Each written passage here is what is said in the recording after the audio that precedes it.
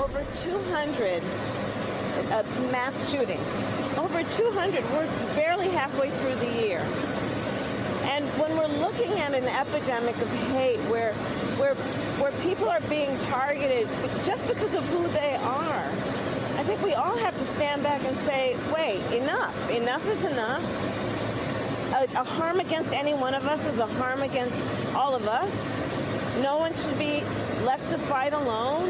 And we got to deal with this. And we have to deal with it in a number of ways. But I went through it even at the church. You look at it. Everything from Buffalo to what's happened just with those babies and the teachers being killed in Texas. The funerals haven't even really begun in terms of mourning that loss. We're looking at, on the heels of that, Atlanta just a year ago, Orlando, the Tree of Life.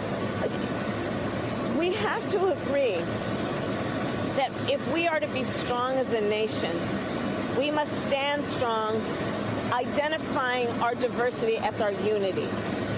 And that anyone who is trying to break that down is hurting us as a country and as individuals who should identify as one, as a country, as Americans. So I think of it in a number of ways. There is the tragedy of the personal loss that each of these families has faced. Mrs. Whitfield, the funeral today, what a beautiful woman who lived an extraordinary life. I met with the other families. There were community leaders.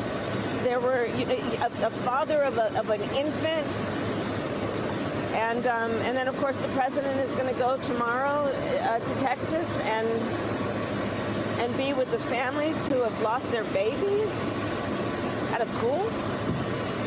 We have to, everybody's got to stand up and agree that this should not be happening in our country and that we should have the courage to do something about it. On the issue of gun violence, I will say, as I've said countless times, we are not sitting around waiting to figure out what the solution looks like. You know, we're not looking for a vaccine. We know what works on this. It includes, let's have an assault weapons ban. You know what an assault weapon is?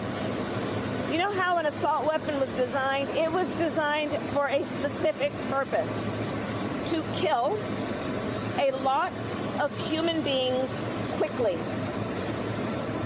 An assault weapon is a weapon of war with no place in a civil society. Background checks.